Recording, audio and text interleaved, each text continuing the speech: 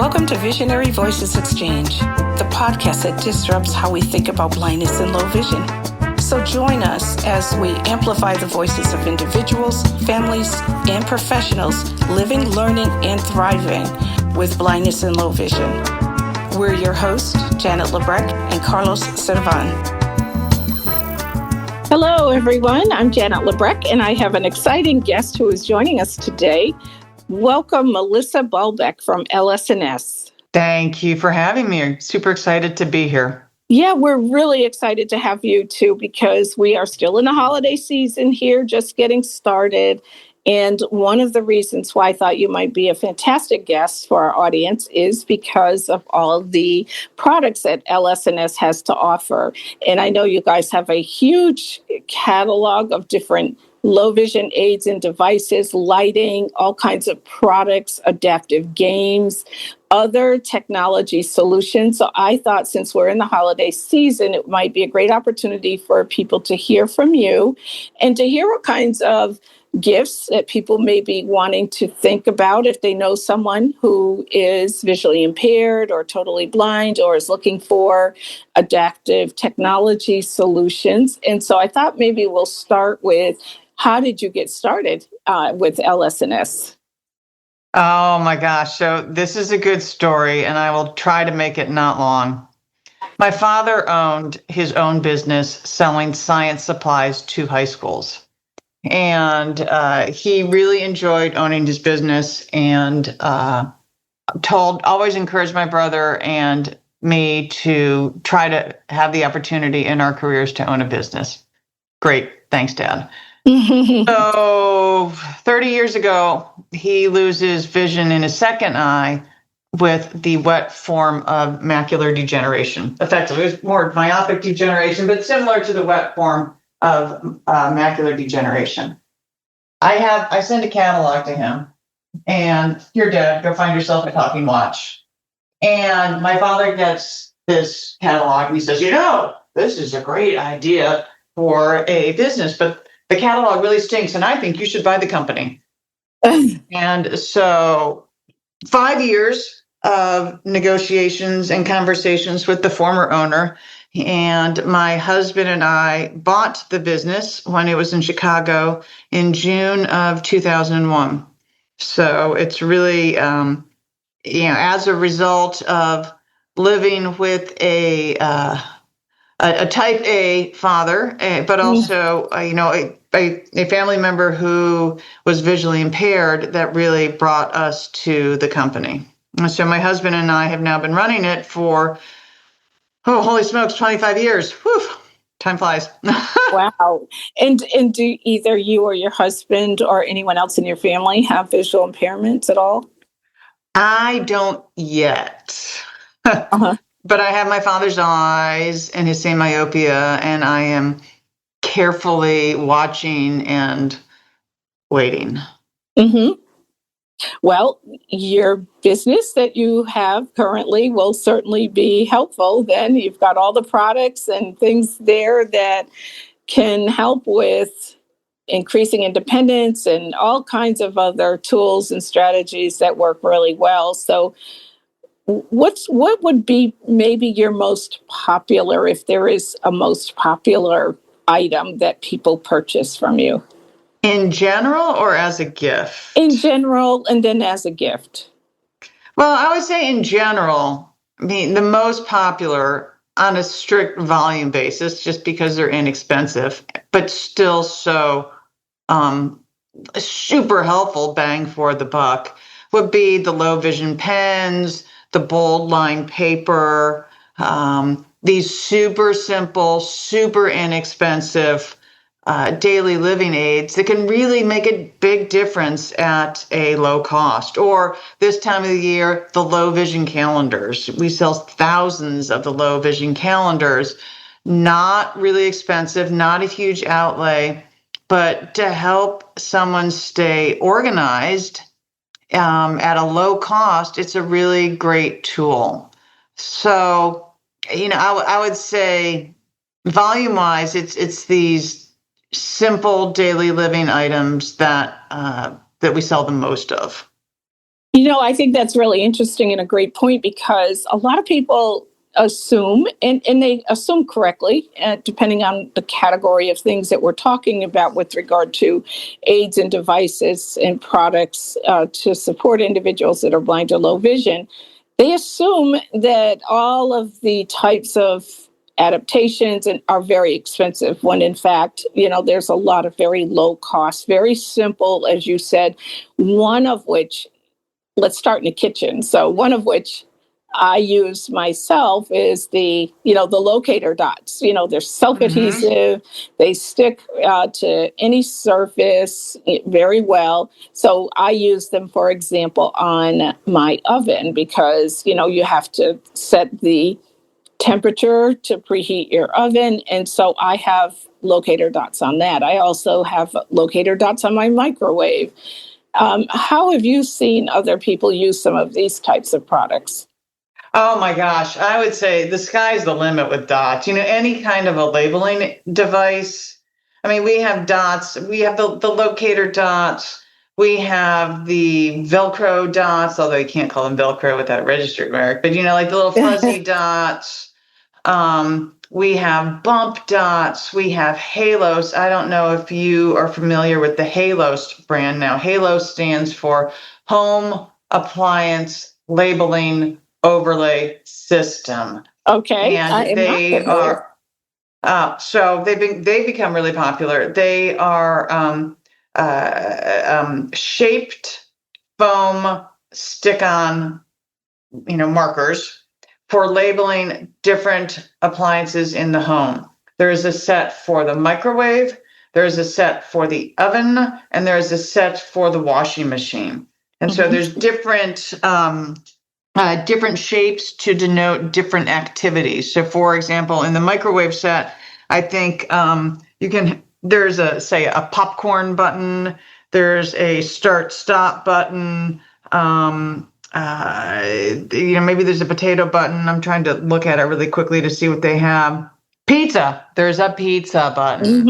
In case your microwave has a pizza setting, and they're not buttons, but they're just small little stickers, and they come in either bright orange, black, clear, or the multicolored packs. And so people have found those stickers to be really helpful.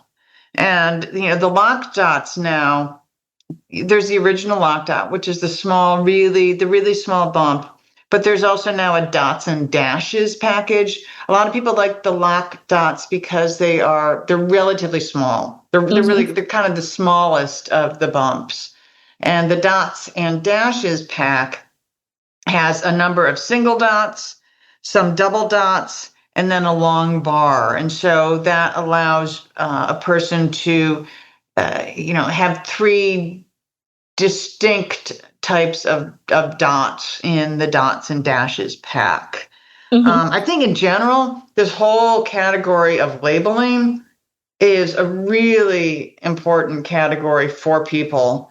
And in a lot of ways, in different price points to help. So you have, for example, all of the different, your bump dots, your lock dots, your fuzzy dots, your halos. Those are your stick-on types of dots. Then there is what used to be called the high marks, or the tulip, the puff paint, the squeeze on writing liquid that dries hard, and so a person can create their own different shapes for labeling things, and those can either be in different colors, bright orange, or there's also maybe the clear is now discontinued. I think the clear may be discontinued. But so you have the tactile marking liquid, which dries. And then we also sell things simple like striped warning tape. We have black and white and yellow and black for people that have some vision still. You can put the striped warning tape down in, say, a garage. If you have a half step in the garage and you want to make it more clear where that step is, you can just put the tape on the step in the garage. Or I have seen some people will tape the edges of cabinets in the kitchen, so you know where the edge is, particularly if the cabinet happens to be open, then a person is less likely to hit their head on that open cabinet or corner. So the marking tape can be really good for marking, steps, edges of anything, door edges, and again, not super expensive. And then if we can just stick with the marking and labeling category for another minute, you can then start to move into a few more, slightly more expensive, more advanced. There is the way around tagging system. Are you familiar with way around? Do you know way around? Yes. Okay. So if I could just briefly describe that for your listeners, way around uses near field communication, and a user's own iPhone or Android phone to read data stored on different types of tags. The phone reads it, and then for a user of voiceover then speaks back all of the data that a person has pre-loaded onto this tag. So for example, let's say you have a can of soup and you want to know whether it's tomato soup or chicken noodle soup. There's some magnet labels for this system. You put the magnet label on the soup. You open the app in the iPhone or the Android, and you scan. You hold the phone over the tag, and the phone looks to see if it recognizes this tag. If it doesn't recognize the tag, it says, do you want to create a label? And again, this would be using voiceover. Voiceover if it's turned on, or just visual for people that don't use voiceover. But the visual part isn't specifically designed for a low vision user. It's really more, it's just the interface, maybe for someone that wants to help, a sighted person that's helping someone load this information. And so then there's a big template for filling in information so that when the next time that the user holds their phone over this tag with voiceover turned on, the phone will speak back whatever you have recorded for that label. And so it's super helpful. And the labels come in lots of different shapes and sizes. There's some that are really sturdy, so they could go in the freezer, say on a rubber band to label food in the freezer. There are some that are washable buttons, so they could be sewn onto clothes. They could go through the laundry machine. There's stickers that could go on files. There's magnets. So there's a lot of different shapes, and again, it's one of these things where a user is really sort of only limited by their own creativity and how they might like to use that. So that's the way around. And then you get to devices like the Pen Friend, which is about a 4 or 5 inch long tube-like device. And in that case, it comes with its own RFID stickers, and you put the sticker on something you want to label. You touch this pen, this wand, this tube to the label. And if there is no recorded message, it says, do you want to record a message? And then the user records a message into the Pen Friend. There's a microphone on it. And then the next time a user finds that item, they touch the Pen Friend to the label, which has a few little bumps on it, so they can be felt a little bit. Then the user's own message is played back. Mm-hmm. And again, the Pen Friend, there's lots of great ways. The Pen Friend, if someone had, for example, let's say a kind of a magnetic whiteboard, and you could put a grid up there for a calendar, and then you put magnetic labels on this grid, and you could make an audible calendar, for example. Mm-hmm. if a person has some vision and they still have paper file folders, you could put tags on each one of the paper file folders and see what file folder it is. Or for people that still have CDs, you could label your CDs. There's just, it's a great way to, a super creative way to just be able to label with your own voice, your own thoughts, ideas, whatever. If there's a caregiver in the house, because these labels can be re-recorded. Same with the way around.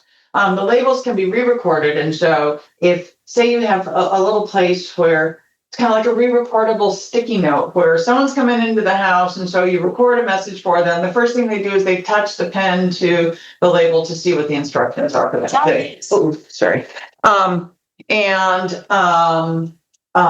So it's just really a super flexible way of helping folks to identify any kind of item in their own home. So this whole labeling category is really big, and it goes from, say, a $3 package of bumps up to, I think the pen friend is like 100 and something. I don't remember exactly right now. 100 Yeah, and great Christmas gift 60. idea, Yes. for those people. But also, particularly with the pen friend and other labeling devices for those individuals who might be taking medications, and particularly if they're taking more than one type of medication, these are great tools to be able to identify both what the medication is, but also being able to record the dosage and when you're supposed to actually take that medication and any other, counteractive, information that may be associated on the label for that person as well. Those are really important tools.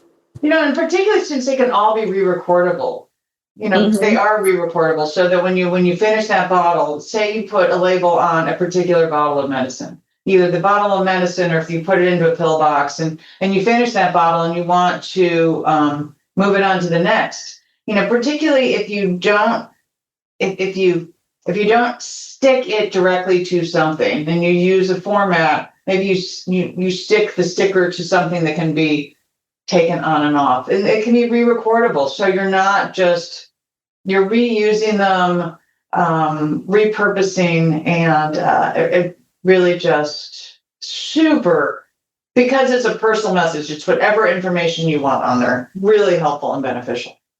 Yeah, here's a little tidbit. One of the things that I always found frustrating is when you're in your freezer, and whether you have an upright or, if it's the other kind of model that's like a freezer chest, trying to find something in the freezer was very frustrating for me. You'd go do your weekly shopping and you buy all your vegetables and you organize them in the freezer, but you still have to be able to distinguish between, the peas and the green beans, in the bag. Now, I can do some of that just by feel, but it's interesting because there are other organizers also that help. And what I found helpful was there's these clear plastic bins that you can get for any kind of organizing. I use them in my cabinets, and I can coordinate everything. So in my freezer, for example, I have these clear plastic bins that are made for freezers or anywhere else in the household. And I organize the vegetables in there. So if I'm buying green beans, I've got one bin for green beans, and I label that bin so I know exactly what it is. And it's amazing when you think about how simple and cost effective something like that can be, but it can also mean the difference between having to rely on someone in the household and, you want to just go about your day and make decisions, and being able to get those kinds of things yourself and be as independent as possible. I think that's just it. And you said it at the very beginning of our conversation that I think that these devices for people, or items for people who are visually impaired, all have to be these really expensive $3,000 fancy assistive technology items, and they don't. There are so many low cost ways to really gain a tremendous amount of independence and organization and just simple tasks that don't have to be replaced by technology. Mm-hmm. Absolutely. So let's talk for a moment about some of the other categories. We were just talking about low vision, labeling. What about some of the items that people can use, for example, for being able to access information on their computer, or even more simple, the watches, because I know that you have a wide range of watches that people actually they're adaptive. They either talk or they might be braille. But I can tell you that from having been a vocational rehabilitation counselor as well as a rehab teacher, that one of the most frustrating parts about losing your vision and losing it slowly for most people is being able to keep track of what time it is, and that sounds very simplistic, but it's also very disorienting for people if they can't keep track, of the time. And especially when you think about medications and appointments that you may have at the doctor's office or dentist office. So, what do you have in a range of watches these days? Sure. I mean, and people still like watches. And to your point, this notion of keeping a schedule, maintaining one's own schedule is so important to maintaining one's independence. And without knowing what time it is, it's hard to maintain that schedule. A lot of people use their phones these days, but I think a watch, you don't have to worry about a watch not being charged. You don't have to worry about the watch not being handy. It's always there. And so people still like watches. And we have a wide range of watches, your basic talking one button watches. Some people like our choice of voice watches because, if they are older and they may have some kind of hearing loss, a male voice or a female voice may be better or easier to hear. So they, they may like to switch between, to have that choice of a voice. And those are your basic watches. Some have an alarm, some don't. We have some for the ladies that you can have these kind of fancy beaded bands that the ladies sometimes like to have to just accessorize a little bit with that watch. Some of the watches, there's a couple variations on a theme that we have introduced in the past few years that people like. And those are, one has a slide out battery change compartment. Ooh. One of the challenges with the talking watch is that they are all just ordinary battery operated.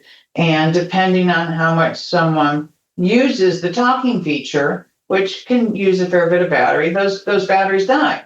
Then you have to take it to a jeweler, and you have to get someone to take it to the jeweler. And so it can take a while.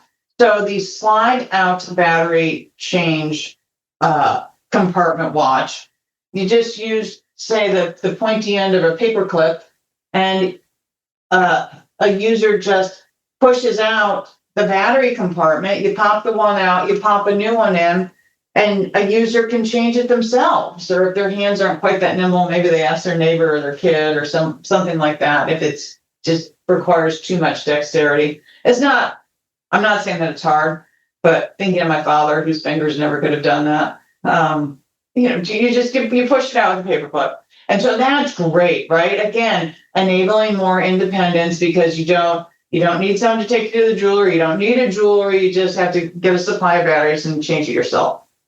There's also some kind of back on the finger dexterity issue. We have some touch face talking watches where in order to get the time, you just touch the face of it. And that way you don't have to have the motor control or the touch sensitivity to find the little button to engage the time. So those two variations have really been very popular. And obviously, I shouldn't say obviously, then there's also the whole category of atomic watches. Atomic watches are the watches that that talk to a radio tower in Fort Collins, Colorado every day. And so they automatically set themselves. So if you have a change of time with daylight savings, if you do have to change the batteries, the user themselves does not have to reset the watch, which is, again, just one more little step of providing a little more independence, because sometimes people can get tripped up trying to set the talking watches, going through all the steps of it. And so with an atomic watch, you don't have to do that. You just, as long they don't always work in really dense cities, especially where or in a building with a lot of steel. The steel can interrupt the communication, the radio signal communication. So it's not as successful then. But the atomic watches are really helpful. And we're actually going to be getting, I have not seen it, but we are going to be getting a talking atomic watch that also has a pedometer in it. So for those of us, New Year's resolution, who are hoping to maybe get out there and just walk a little bit more, this watch will be an atomic watch with a talking pedometer in it. And will that be for women and men, or are those types of watches more unisex? That one is going to be unisex. We do have, most of our atomic watches have been unisex, i.e. larger. But we do have one set of talking atomic watches, both with a gold colored band or a silver colored band, that are men's and ladies. But otherwise, they are just one size. And if I could take one moment to also talk about a really cool watch, it has great design elements. It's a tactile watch that is not a Braille watch. We do have Braille watches. I can talk about those. You flip open the face, you feel the time. And we have a talking Braille watch. But there's this tactile watch that is not Braille.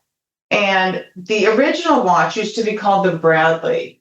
The Bradley company, we don't believe is still around. We have not been able to get in touch with them.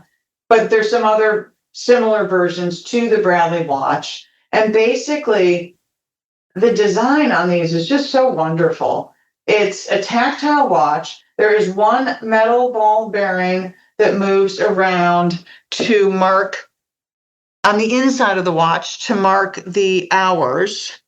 And then there's a ball bearing that runs around on the outside of the face to mark the minutes. And so you feel where the these little beads are to mark the time. So first you find the hour, then you find the minutes, and they're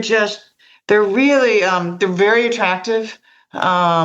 It's a way to have a Braille watch, to have a tactile watch that just has this great creativity of design on it. And I was really sad when we couldn't sell the Bradley, when the Bradley folks seemed to go away, because they were the ones that came up with this in the first place. And it's just, they're really very attractive. Again, a great gift, because these watches are a little more than your regular talking watch. The ones that we currently sell are $115 each. So they do make good gifts for folks that are looking for a gift. And then, for folks really kind of wanting something, I don't know, maybe for an older person in your life, like people who still use pocket watches. We have Braille pocket watches, and we have talking pocket watches. And so those are, the ones where you flip open the case and there you have it. But so those are some of the types of watches that we have. And obviously we have, your big face, low vision watches, some of them with Velcro bands that are just easier for people to put on, to put on the wrists. Wow, watches have certainly come a long way from the old days. We didn't have much selection, but you've got a wide variety there for people to choose from, and all great, types of flexibility in terms of whatever it is, you're looking for in terms of features. Mm-hmm. Yeah, a lot of options, but we try to keep it somewhat contained, moderately contained, so as to not completely overwhelm our customers with just too much selection, because you can have too much. Sure. So we really like to curate our offering to really provide good selection, but meaningful distinction between the different types of products. Mm-hmm. Let's talk about lighting for a moment, because lighting is so important depending on an individual's eye condition, but also, looking at what kind of lighting, what the paint colors are in a room, what kinds of curtains a person may have in the room. They all play a role in lighting, and you want to have the most benefit of lighting in a room, because that obviously helps the individual if they want to read, or if they're just have guests over and they want to set a tone, and they want to maximize any ability that they have to see in a room. And there's so many different things that you can do around lighting, and there's so many different types of lighting, task lighting, like reading, for example, or if you're working on a specific project, that involves either woodwork or any other kind of work that you might be doing as far as a task, and there's different types of lighting. So what do you guys have available for lighting, and what is popular in lighting these days? I love talking about lighting. Love lighting, because for folks who are visually impaired but still have some vision, providing lighting in any additional lighting is so important to maximize the vision that they do have. The category of lighting that I am super excited about these days are all of our rechargeable lights, because a rechargeable light, you can take it from place to place. So whether it is a student in school, whether it is a senior living in some kind of a community living facility where they want to go down to the game room, whether it is someone that wants to be able to go out to a restaurant and have more lighting to read the menu. I love our rechargeable lights, because they are bright. They are at different price points. They are at different levels of weight and bulkiness. But I think, or they can just allow someone to, like there's one that has a handle on it that really is quite bright. It's the Daylight Twist to Go LED lamp. So you need to take it to a closet in the house. I mean, how many of us have dark closets that you can't see into? Mm-hmm. Crummy lights, if you have anything in there at all. And so you can take this light, you flip it open, and boom, it illuminates the whole thing.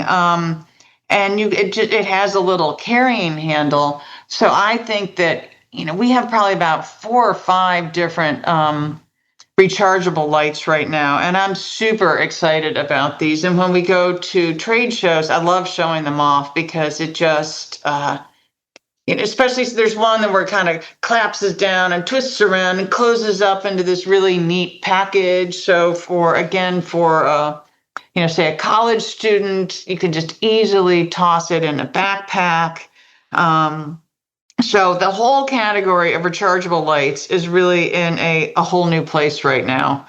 And just to finish that topic, the Stella brand of lights, those are a brand of light that really have become super popular. They are definitely on the more expensive side, but the rechargeable desk lamp, it's really bright. In order to charge it, you put it in its own induction charging pad.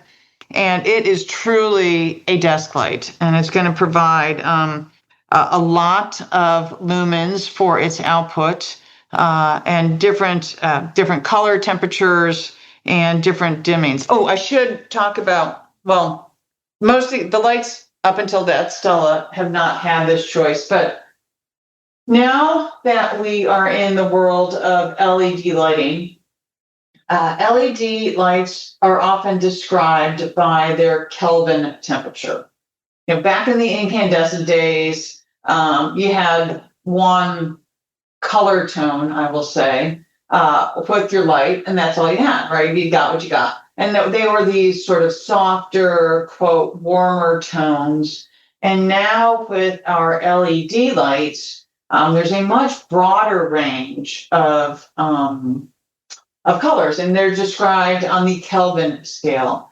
And what is really interesting is that many of the LED lamps now, the user can select with the lamp, there's a choice, whether they want these warmer tones or these brighter, quote unquote, daylight tones. And the daylight tones are going to be your 6,000 Kelvin lights.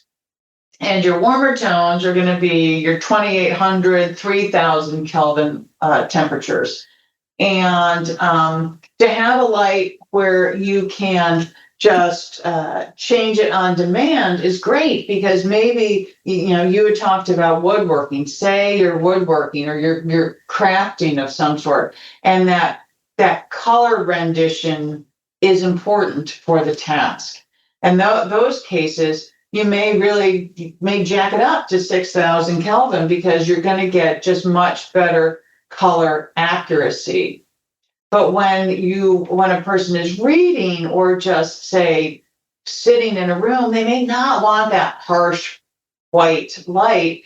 And so then you can turn that color down to something that is more warm and comforting. And so these lights that have Kelvin color changing are great, because they just give the user a ton of flexibility.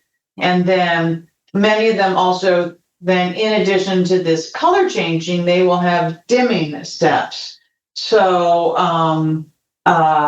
you can control, again, it gives the user additional control over how bright they want the light to be for that particular task that they are doing at the time.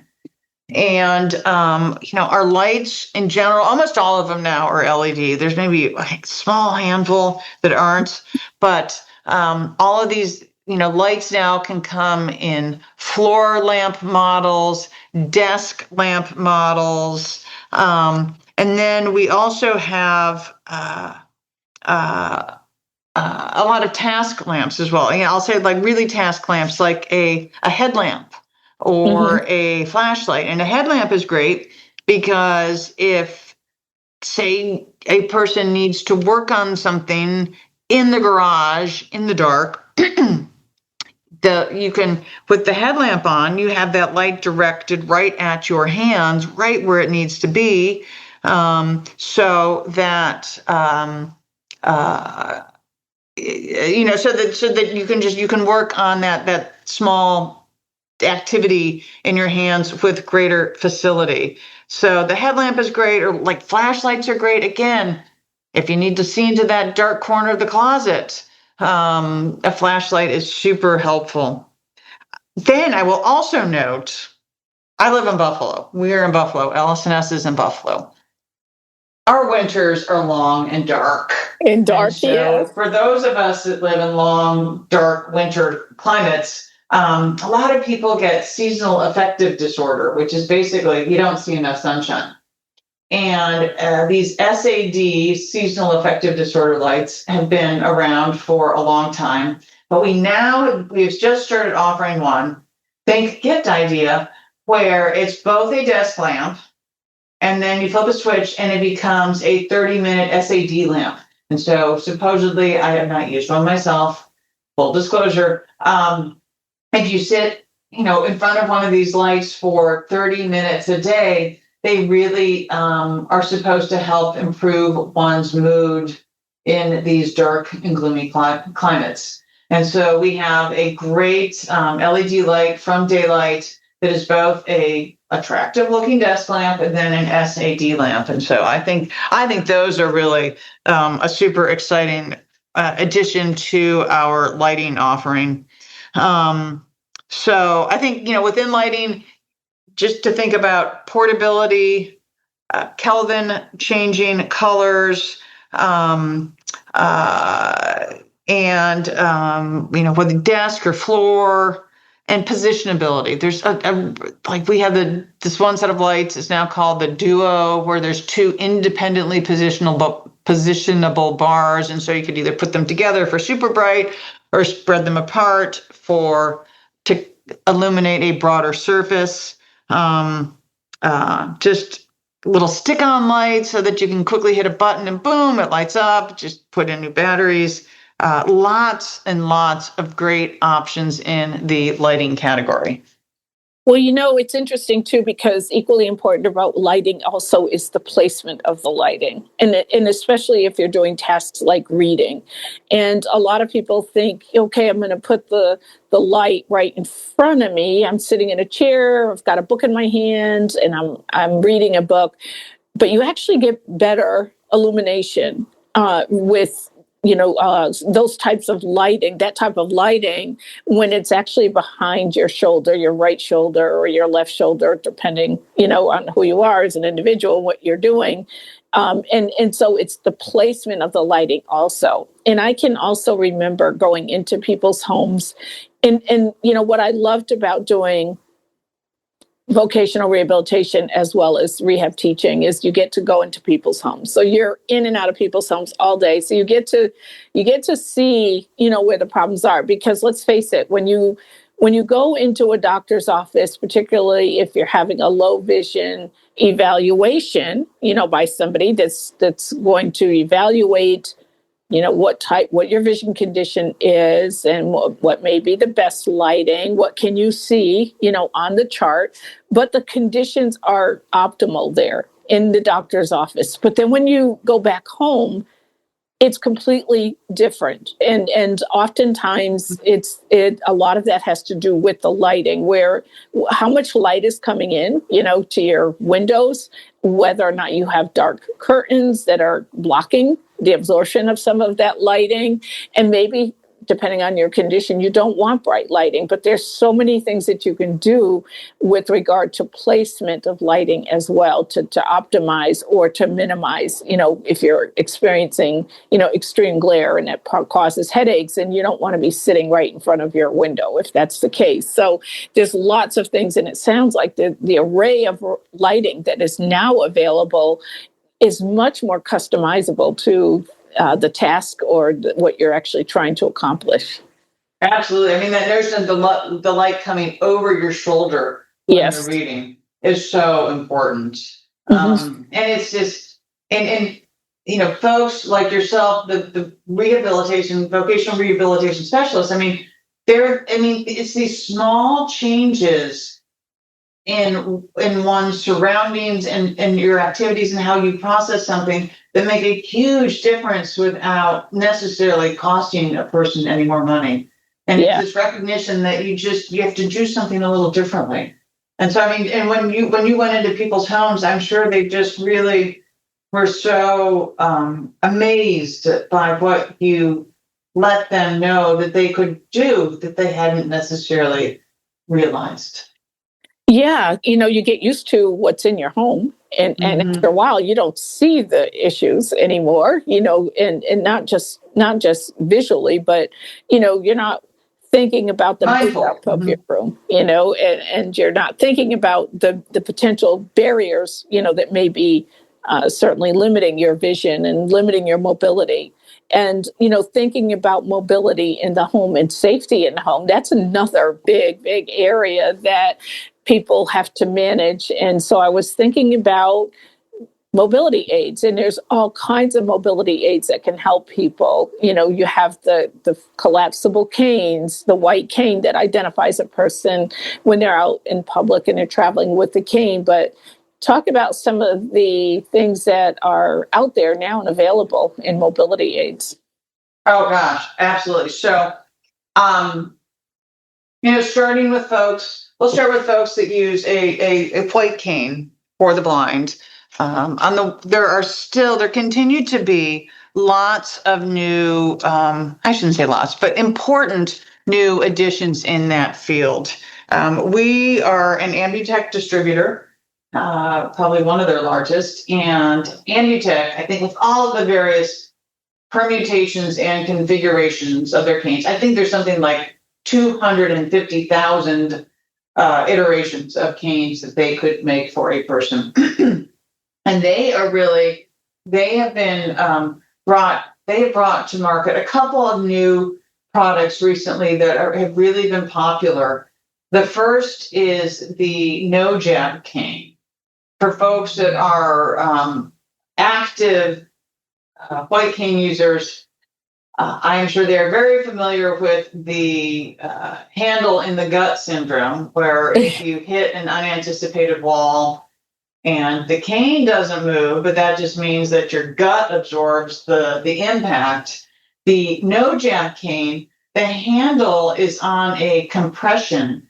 And so if the tip of the cane were to hit a curve that you weren't expecting or a wall that you weren't expecting, rather than having all of that impact go straight into the stomach, instead the no jab cane, the handle compresses and it absorbs some of that shock, and so the user does not get jabbed in the gut by their own cane. And those have been super popular. They're an Ambutech graphite cane, hook on. Users can put whatever tips they want on it if they've got favorites that work well for their style.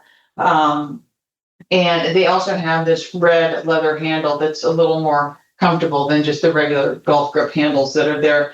Also, in the world of Ambutech, they have recently come out with the Pathfinder tip, which is their 360-degree rolling tip. And it's a big ball. It's bigger than the 2-inch ball. And it literally rolls in 360 degrees.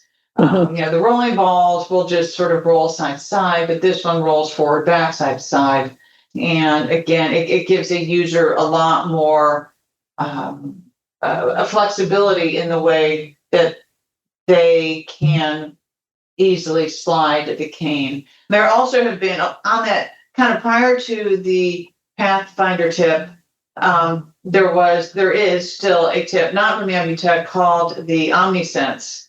And they were really the first people to come out with a 360-degree tip. And those were also super popular just because instead of just going side to side, you could roll forward, back, and side to side without changing anything. Mm-hmm. So those are some new things in the world of Ambutech and tips. Also, for a long time, we had a mini cane, a mini cane, a telescoping cane, collapsible cane. And these were great enough for going out and about. But when a user extended them, they just stayed open based on friction. And if a user hit the wall too hard with the cane tip, the cane could tend to collapse, which makes it not effective. And so we now have we have a mini cane, a telescoping cane again. So, and the nice thing about these is that they just zip in on themselves and form this really compact package to put into someone's purse or a shoulder bag or a backpack or something like that, or even a pocket perhaps. But each one of these sections locks with just a pop-out button. And so you don't have to worry about hitting the wall and having the cane collapse in on itself. And then when you do want to close the cane, you just hit one button and boom, the whole thing goes in, slides back in on itself. And it's great. We We always say that these are usually just secondary canes. These are maybe a person's going out cane. They are not their main cane. That your white cane with the red bottom is still going to be the main one, but these telescoping canes are really kind of great in quick situations because they are much more durable than they were in the past, and they're still small and lightweight and easily pocketable. And Also you can use those, I think, in places where you're going to be in tight quarters with other people. So, for example, sitting in an airport, Yes. I'm always aware that when you're sitting, at the gate in an airport, people are sitting very close to you or right across from you. And you want to, use your cane to get up to go get a cup of coffee or the restroom. And you have to pull the cane apart, the collapsible canes. And, depending on, what the weather is doing, depending on how long you've had the cane, when you have to pull those apart, it can take a lot of strength, to be able to do that and get it to fold itself up and then wrap the cane up by an elastic that's attached to the cane. And it takes a lot of dexterity. And this type of cane, especially if you're traveling, sounds like a great, I'm going to be looking into that for myself. So That's a good gift idea. Very excited about that. Yeah, and it is a great gift idea. And especially if you're going to the doctor's offices, anything like that, it sounds like it's much easier to navigate and manage. We don't have as many size options as there are with your standard ones. There's only a handful of sizes, but still. It's a great option. It's a secondary cane that really has great utility in certain circumstances. Yeah, great. I would say also new-ish in the world of mobility canes, there is the all-terrain cane, which has been out for a little while. This is its own brand, its own cane. And it was designed by a blind outdoor enthusiast who really wanted to be able to go hit the trails like his friends that had more sight. And his white cane just wasn't cutting it. And so it's a white cane with a red rolling ball tip, but it is really designed to be much more durable, much more rugged. It has a long handle so that if someone is hiking, your hand needs to kind of be able to slide up, slide down. And it is much sturdier. It is still graphite, but is much sturdier. It's more reinforced, and it's not a support cane, but it can bear more weight than a regular mobility cane, which can't bear any. And it only comes in one size, but then the user slides the handle up and down and locks it into their own preferred length each time. Then, of course, I would be super remiss if we didn't talk for a little minute about the WeWalk cane.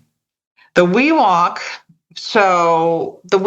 is an electronic mobility device using ultrasonic technology to sense items in front of a user. So price point, this is the base level cane is $850. And it is a cane for people who want to have their cane deliver more information to them about their surroundings. So the base part of this is the ultrasonic mobility guidance that it has, which detects objects kind of from hip level and up. So obviously, the white cane is great. It tells you what's on the ground in front of the user, but it doesn't tell you what's maybe 15 feet out from the user, and it also doesn't tell a person about those nasty mirrors that are sticking out from a pickup truck that are right at head height as someone is walking down a sidewalk. And so using ultrasonic mobility guidance, it detects these objects in front of the user and sends haptic feedback, vibratory feedback to the user in the handle regarding what's out there in front. Now, in addition to the ultrasonic guidance, it also has an app that can either iOS or Android, and it gives the user a whole bunch of additional guidance navigation with kind of GPS navigation, spoken navigation, points of interest. A person can use it to help them find a destination. And so it's the it really provides a lot of high tech guidance for people that are looking for that level of support. A person really has to be comfortable with technology, eager to use their iPhone. You can use it with just the ultrasonic part, and that provides a ton of additional information to the user. But in order to really maximize it, being excited about using the features in the app also provide just a lot more guidance to the user when they're walking. And then there's also the upgraded version of it, which is the Plus, which provides voice assistance. That allows you to actually talk to the cane, asking the cane for, giving the cane a specific direction, and it provides additional warranty extensions. Mm-hmm. So the WeWalk there have been a number of iterations on this theme of ultrasonic guidance in canes. There had been the Ultra cane a long time ago, the laser cane before that. Yes. Then the Sunu band, and this, the mini guide, but the WeWalk cane, which uses an Ambutech shaft with the WeWalk handle, is really, it is now the most refined cane with ultrasonic guidance that we have seen. And it's really super terrific. Then if someone just wants pure old guidance, Humanware has its Stellar Trek, which is, it has nothing to do with a cane, but it's talking GPS. Using artificial intelligence is really, highly developed for guiding a walker in terms of where they need to be going to get to a specific destination. Yeah. And so, I think with regard to technology, that, this is the area that has grown significantly from the days of just using the traditional white cane or a support cane. And, I think that we're going to continue to see iterations of all these types of tools, and especially when you think about where we are these days with artificial intelligence and using it for navigating and using it for multiple purposes. I think that it's really going to continue to grow in this particular field, which can only help with increasing independence for people, whether they're traveling in their community, or they're traveling outside, or they're traveling they're moving around in their own home, navigating. And so I think that this is a great field right now where we will continue to see changes. But in our last few minutes here, we didn't get a chance really to cover eyewear, protection wear. Sunglasses are different because the different types and what's out there, but also handheld magnifiers, because, that's probably the most popular visual aid that you probably see people using. And that has grown significantly in terms of, what is available out there. But there's a lot for people to choose from here through LS&S, and wanted to give you a few minutes here to let people know how to best get in touch with LS&S, to request a catalog. But I also want to give you a plug, because I can't help but be excited whenever I have to contact LS&S. I have to say that the customer service people are fantastic. They are thank you. so patient, and they are willing to look if you don't know what it is that you're looking for, but they always seem to have all this information at their fingertips, to make recommendations and things. So want to compliment you on that, because that is significant training issue. Thank you. Thank you. And I say that we have a tagline: we try because you try. Mm-hmm. And, for folks with limited vision, and especially because a lot of our end users are seniors who get macular degeneration for the first time, or, first developing it, it's or for anyone that had vision and is losing it for whatever reason, the change in life is really rough. And we recognize this. And so, we say we try because you try. Love that tagline. Our customers, they have to keep trying. And so we're just going to keep trying with them. And it requires patience and empathy and knowledge. And so we try. I will admit, doesn't always work. Sometimes we fall on our face, but we recognize where our customers are, and we try to meet them there. Yeah, absolutely. And, when you fall, you get back up and you keep trying, just as you said. So how do people get in touch with LS&S, and how can they request a catalog, and what's your website? Sure. So 24/7, we have a website, and that is www.lssproducts.com.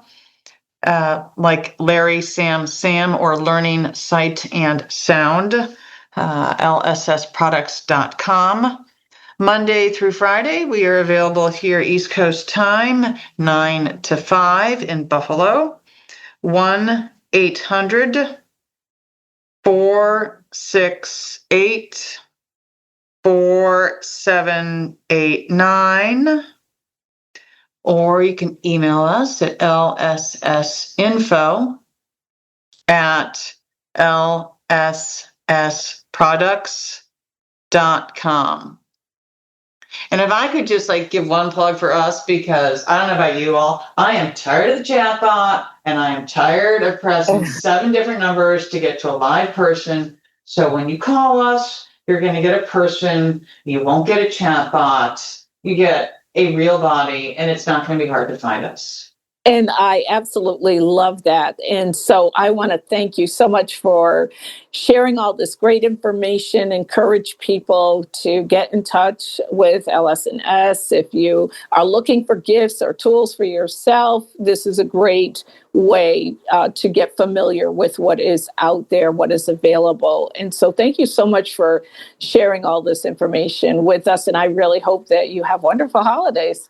Well, thank you. And I will just say, we didn't even talk about the recordable greeting card. If there's a person in your life who is visually impaired, you get the recordable greeting card, and you record your own message. Get everyone in your family to sing them a holiday song and put your own drawing on the front of it. The recordable greeting card, don't forget. Yes. Thank you very, very much. Happy holidays. Thank you to you as well. Thanks so much for your time. Bye-bye. Bye.